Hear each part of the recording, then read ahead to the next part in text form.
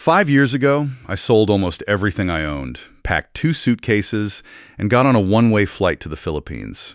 This was during COVID, when half the planet was welded shut, hospitals back home were turning people away at the door, and I remember thinking, if the system back home can't take care of me, why am I still paying for the privilege of living under it? So I left. And the thing nobody warned me about wasn't the visa paperwork, or the culture shock, or even the humidity. It was this. I bought a small condo here for less than the down payment on a starter home in Ohio, and a year later I found out that same purchase had quietly put me on a path into the actual public healthcare system. Not an expat bubble, not a $400 a month insurance plan I'd be fighting with over email. The real system, the one locals use. That combination, a cheap home that also buys you a foothold in a country's public health system, is one of the most underrated moves in the entire move abroad conversation. Everybody talks about cheap real estate. Everybody talks about healthcare abroad. Almost nobody connects the two, because in most countries, they aren't connected. You can own property in Spain and still get nothing from their health system unless you separately qualify through work or residency. You can own a beach house in Mexico and be stuck paying private rates for the rest of your life. Ownership and access are two completely different doors, and most YouTube videos only ever show you one of them. But there's a specific pocket of the world where property ownership, long-term residency, and public healthcare access actually link up into one connected package. And that pocket is Southeast Asia. Part of it is history. Part of it is that these governments actively want foreign capital sitting in their real estate markets, so they've built visa programs that reward you for buying in. And part of it is just math, labor, and construction costs are low, so what buys you a garage back home buys you an actual home here. I've spent 5 years living inside this system, I've made every expensive mistake there is to make so you don't have to, and today I'm walking you through 10 countries where this combination actually works, ranked from the ones you need to go into with your eyes wide open to the one that's actually become my home. Number 10. Myanmar. I'm putting this one at the bottom of the list, and I want to be straight with you about why. Because a channel that only tells you the good news isn't doing you any favors. Myanmar has, on paper, one of the cheapest condo markets left in Southeast Asia. Under the 2016 condominium law, foreigners can own up to 40% of the units in a registered condo building outright. No lease games, no local nominee, real ownership. And technically, foreign residents are allowed to walk into a public hospital and use the Ministry of Health and Sports system just like anyone else.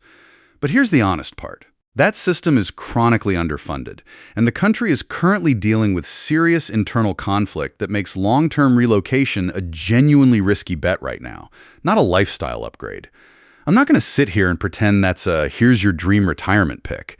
It's on the list because it's real, and because it shows you what the floor looks like. Keep that number in your head, because everything after this only gets better. Number 9. Timor-Leste. Most people couldn't find this country on a map, which is exactly why it's interesting.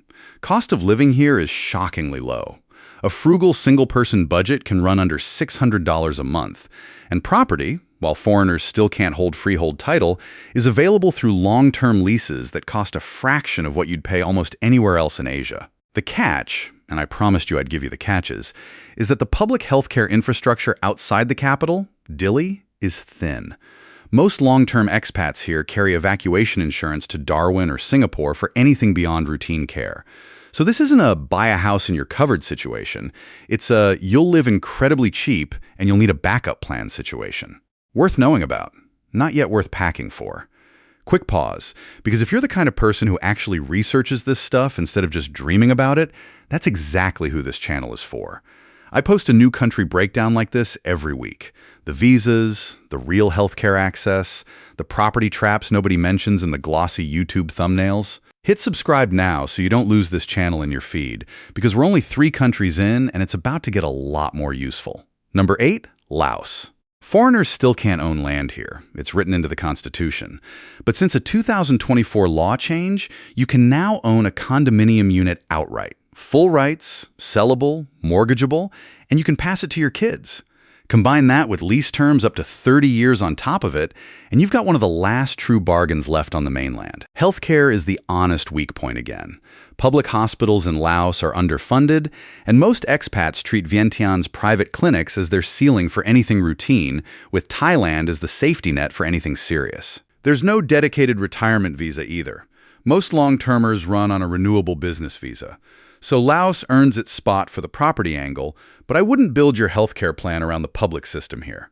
Write that down, because it matters for what's coming. Number 7, Brunei. And this one's going to feel like it breaks the rule of the video, because Brunei property isn't cheap, and foreigners can't even buy freehold, only lease. So why is it here? Because I promised you the combination that actually works, and Brunei flips the formula on its head in a way that's worth knowing. Public healthcare in Brunei is free for citizens and available to residents at genuinely low cost, run through RIPA's, hospital in the capital, a real, functioning national system, not a workaround. If you can get long-term residency through employment or investment, you inherit access to one of the more stable public health systems in the region. It's the one entry on this list where the healthcare is the prize and the real estate is the price of admission, not the other way around. Interesting to know, even if it's not the budget pick. Number 6, Cambodia. This is where things start swinging back toward actually affordable. Under the 2010 foreign ownership law, you can own a condo unit outright, strata title, your name on the deed, capped at 70% of any given building. And if you want land instead, Cambodia's 2019 trust law now lets a licensed trustee hold it on your behalf with full legal recognition, which is a workaround a lot of channels still haven't caught up on. Prices in Phnom Penh and Sihanoukville are still a fraction of neighboring Thailand. The honest catch? There isn't really a public system built for foreigners to plug into here. Royal Phnom Penh Hospital and Sunrise Japan Hospital cover the expat community reasonably well for day-to-day care, but for anything serious, the standard move is medical evacuation to Bangkok, an hour-long flight away. So Cambodia is a genuinely cheap place to own real estate. I know several people who bought condos here for less than a used truck costs back home, but come in planning on private insurance, not a public safety net. Before I get to the top 5, the ones where I'd actually tell a friend, do this, drop a comment and tell me where you're watching from and whether you've ever looked into moving abroad yourself. I read every single one, and honestly, half of my video ideas come straight from questions you leave down there. If you've already made the jump to somewhere on this list, tell everyone else what it's actually like, the good and the annoying parts. That's more useful than anything I can tell you from up here. Number 5, Indonesia. And if you've ever scrolled past a picture of Bali and thought, I could live there, this is the reality check and the good news in the same breath. Indonesia's second home visa, running since 2022, gives you a long-term stay of up to 10 years if you show roughly 2 billion rupiah in an Indonesian bank, or certified property ownership instead. That's the property angle. You can literally buy your way into a decade of residency. No employer sponsor, no local business entity required. The catch, and I want to be precise here because a lot of channels get this wrong on purpose to keep the comments happy, second home visa holders aren't covered under Indonesia's national BPJS health insurance. That system is reserved for KITAs and permanent permit holders after 6 months of contributions. And the second home track was specifically built to sidestep that requirement. So the property gets you the residency, but the healthcare piece still runs through private international insurance the entire time. It's a beautiful place to live, and the visa math genuinely works. Just don't confuse I bought property with I'm covered, because those are 2 separate purchases here, not one. Number 4, Vietnam. And this is where the picture starts looking a lot more like what people imagine when they hear cheap home, real healthcare. Foreigners can own apartments, condos, villas, and townhouses outright for up to 50 years, renewable, capped at 30% of the units in any one building. And prices in cities like Da Nang or Nha Trang are still a steal compared to almost anywhere in the West, especially once you get 5 or 10 minutes off the beachfront strip. Here's the piece most videos skip entirely. Pure property ownership alone doesn't hand you public health insurance. Buying the condo gets you the address, not the insurance card. But if that ownership is paired with a work permit and a temporary residence card, you're pulled into Vietnam's mandatory social and medical insurance system automatically, meaning you get real access to public medical facilities at Vietnamese, not tourist, prices. It's not automatic from the deed alone, but it's a realistic, well-worn path, and thousands of expats, teachers, remote workers, retirees who set up a small local business are already walking it every year. Number 3, Thailand, the country most people already have on their radar, and for good reason. Freehold condo ownership is available to foreigners outright, up to 49% of any building, and outside of Bangkok and Phuket, you can still find units for a genuinely modest price, especially around Chiang Mai, where secondary market condos run a fraction of what a new build on the Bangkok riverside costs per square meter. Now, the honest correction, because I see this misunderstood constantly online. The famous 30 baht universal healthcare scheme is for Thai citizens only. Full stop. No amount of property ownership buys a foreigner into that specific program. What foreigners actually get access to is different. If you're formally employed and contributing, Thailand's social security system opens up, covering you at public hospitals for a fraction of private rates. It's not the exact same door locals walk through, but it's a real, functioning, affordable public adjacent system, layered on top of a country with some of the best private hospital infrastructure in all of Asia, the kind medical tourists fly in for on purpose. Number 2, Malaysia. And this might be the single most complete package on this entire list. The My Second Home program now requires most applicants to actually buy Malaysian real estate, anywhere from roughly 600,000 to 2 million ringgit, depending on your tier. So the property purchase isn't a side benefit. It's baked directly into the visa requirement itself. No property, no millimeters 2H. That's the deal. And unlike a lot of countries on this list, millimeters 2H holders get genuine access to both the public and private healthcare systems, not just an emergency room workaround for tourists. Malaysian hospitals, public and private, are consistently ranked among the best value medical care on the planet. People fly in from Australia, the UK, and the Gulf specifically for procedures because the quality is high and the price tag isn't. Yes, mandatory private medical insurance is still required on top of it for anyone under 60, and yes, there's a 10-year lock-in before you can sell the property, so this isn't a flip it in 2 years play. But if you want the cleanest legal line from I bought a home to I'm plugged into the health system, Malaysia draws that line about as directly as anywhere in the world.